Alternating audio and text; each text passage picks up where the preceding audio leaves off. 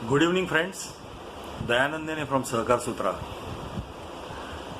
आज मैं अपना मूल जो विषय है, जो अपना अभी चल रहा है, मैनेजिंग सोसाइटी अफेयर्स, उसी विषय की एक अलग पहलू लेके आपके सामने आया हूं। आज मैं बात करने वाला हूं सोसाइटी के मेंबरों से, सोसाइटी के मेंबरों के बारे में। कोऑपरेटिव हाउसिंग सोसाइटी वालों की एक तकरार रही है, वो बम्बई में है, थाना में है, पूना में है, महाराष्ट्र में है, दिल्ली में है, हर जगह पे सारे हिंदुस्तान में है कि सोसाइटी के मेंबर जो होते हैं वो सोसाइटी के मैनेजमेंट में हिस्सा नहीं लेते। तो हम देखते हैं कि लोग ऐसे क्यों बर्ताव करते हैं। आर दे अफ्रेड, क्या वो डरते हैं या शर्माते हैं? आर दे शाय, या तो अपने काम में बहुत ज़्यादा व्यस्त है इसलिए वो अपना समय नहीं दे पाते, या फिर उन्हें इंटरेस्ट ही नहीं है सोसाइटी के मामलों में। इनमें से कौन सी चीज़ है जो ज़्यादातर लोगों को सोसाइटी के मामलों में पार्टिसिपेट करने से रोकती है? दोस्तों देखो, अगर आप डरते हो तो मेरा ये आपको सुझाव है कि आप बिल्कुल ना डरिए। ये आपकी सोसाइटी है, ये आपका घर है, आपका बड़ा घर है। तो जैसे खुल के आप बर्ताव अपने घर में करते हो, वैसे ही खुल के बर्ताव अपने सोसाइटी में करो। अपनी सोसाइटी के जो मामले हैं आप उसमें इंटरेस्ट ले। आपको अंग्रेजी बोलने से थोड़ी तकलीफ होती होगी शायद, या कोई दूसरी भाषा से तकलीफ होती होगी, तो बिना झिझक के अपनी भाषा में बात करो, अपनी भाषा में लोगों से कम्युनिकेट करो। मैंने देखा है हमेशा लोग सोसाइटी के ऑफिस में जब आते हैं तो थोड़े बैकफुट पे रहते हैं, थोड़े सहमे हुए रहते हैं, अपनी बात रखने से थोड़े हिचकिचाते हैं।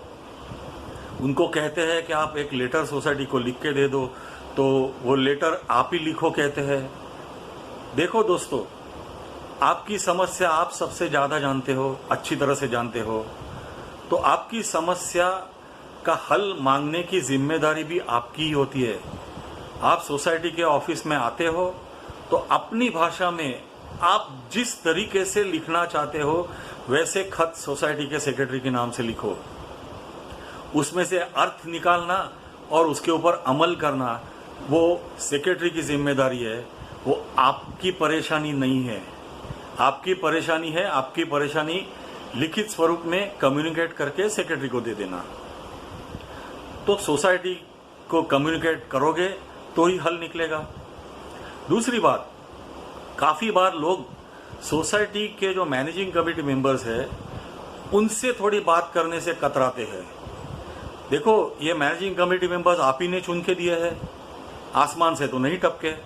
हाँ, मैं मानता हूँ कि कुछ मैनेजिंग कमेटी मेंबर्स के दिमाग में थोड़ी हवा जाती है कुर्सी पे बैठने के बाद में, पर वो उनसे कैसे निपटना, ये वो आपके दोस्त है, आपके नेबर्स है, आपके कलीग्स है, आपके सोसाइटी में रहते हैं, तो आप ज़्यादा जानते हो उनसे काम कैसे निकालना।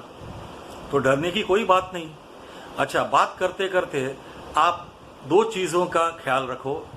अपनी बात आप एकदम सिविलाइज्ड में से गाली गलौज कर या बुरे वर्ड्स का इस्तेमाल किए बगैर रखो और रिक्वेस्ट करो। देखो, हाथ जोड़ के रिक्वेस्ट करने में बड़ी ताकत होती है। और समझो कुछ गलती हो भी गई तो गलतियां किससे नहीं होती, गलती होती है तभी आदमी उसको सुधारता है। दूसरी बात, देखो, ये आपकी सोसाइटी है। मैंने जैसे कहा, ये आपका घर है, तो आपके घर के लिए आपको समय तो निकालना पड़ेगा। हफ्ते में एक बार 1 घंटे के लिए भी निकालो समय। देखो, सोसाइटी में आपका सजेशन जो होता है शायद वो लाख मोल का सजेशन हो जाए। तो कभी भी सोसाइटी मीटिंग्स में आप एब्सेंट नहीं रहिए।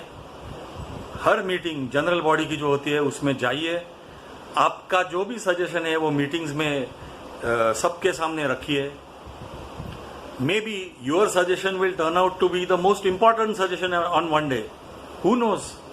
तो मीटिंग में भाग लीजिए, सजेशन करिए।